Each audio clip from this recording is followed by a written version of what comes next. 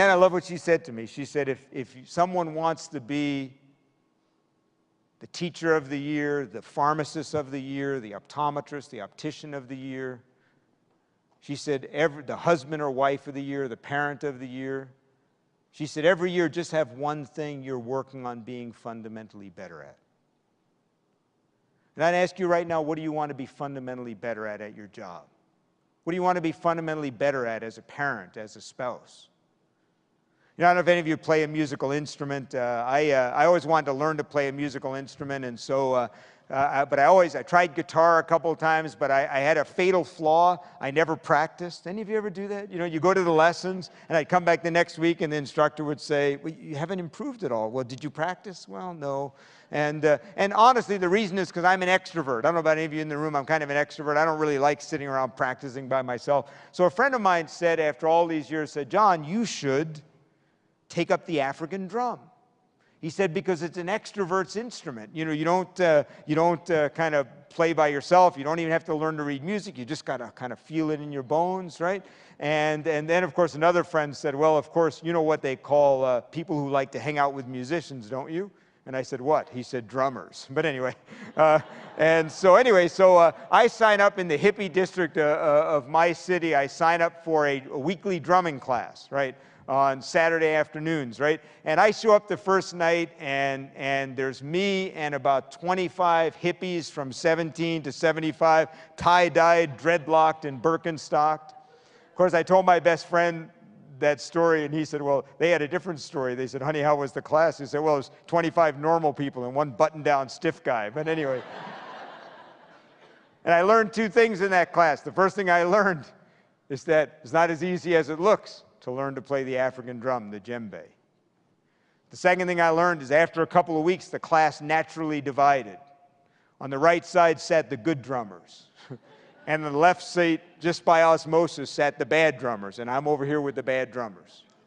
And as the weeks go by, I'm getting worse and worse. They're getting better and better. The teacher, after a few weeks, gives up on this side of the room. He pretty much only gives feedback over here. Every once in a while, he just says to us, will you guys stop for a while so these guys can? And after about 6 or 8 weeks of this, I came to a very important, simple, but profound conclusion. I was never going to get any better sitting with the bad drummers. So the next week, I come over and I sit between two of the best drummers. They give me this strange look like, what are you doing on this side? You have not graduated to the good drummer side. But there's no rules, so I'm sitting there with the good drummers. A funny thing begins to happen. First of all, I look to my right, somebody's doing it really well. I look to my left, somebody's doing it really well. The second thing is on the break, the good drummers start to say, you know, I can see you're really trying. Can I show you what you're doing? I mean, I've been watching you. I know what you're doing. The teacher suddenly can't ignore me anymore because I'm messing up the good drummers now, right? So he'll say, John, just wait a minute. Let me show you. And he said, halfway through, like one of the classes, he says, John, you know, he said, I got to tell you, you remind me of me. He said, all through music school, I was always like the guy who couldn't get it. He said, but I would stay and I would practice and I would practice. He said, good for you, keep it up. And the interesting thing is I started asking for feedback. I started saying, Russell, that's the teacher, I know I'm doing it wrong. I'd say to the good drummers, look, Bob, I know I'm doing it wrong. What am I doing? And if you want to make a commitment to grow, let me challenge you to ask people how you're doing. Ask your colleagues, especially the ones who are the really good drummers. What do you notice about how I am with patients? What do you notice about the way I am in terms of how I treat colleagues? What do you notice about the way I'm showing up at work that I could improve? Start asking your kids if you've got teenagers. How many of you have children, by the way? Yeah? How many of you were children at some time in your life? Yeah?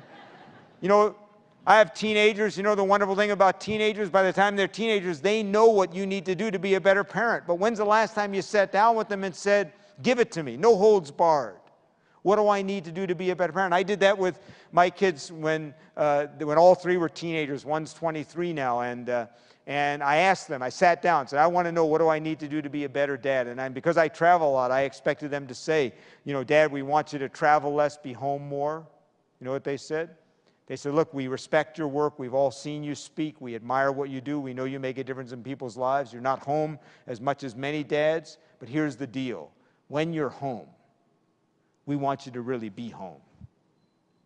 We don't want you to be checking voicemails. We don't want to be emailing. We don't want you to ask us how our day was and then not listen. We want you to really be here. And I give you some great advice. When someone gives you feedback at work, in your life, your husband, your wife, your kids, there's only 2 appropriate responses when someone gives you feedback. Here's those 2 responses. Thank you. Tell me more. You know, you're a little abrupt with the patients sometimes, with the customers. Thank you. Tell me more. You know, sometimes, even though you're a great colleague, you come in and when you've had a bad day, you kind of take it out on us. Thank you. Tell me more. Honey, I wish you would stop driving that way. Thank you. Tell me more. It's not always easy. My wife and I do that now. I go, thank you, tell me more, and then she shuts up. So it's just kind of a little game we have. Thank you, tell me more. When's the last time you asked for that heartfelt feedback? And when you go and you get that performance review, those of you who get a performance review, instead of going in and thinking, oh man, I got to sit through this again, ask more questions. If they give you a great review, say, that's great, I'm glad I'm a star, I'm glad I'm doing well, but what do I need to improve? What would make me even better? Because like that teacher, Helen O'Donnell, the path to greatness, whether it's in our personal lives or in our work lives, is that we never stop growing. We make that commitment to continue to grow, to continue to learn.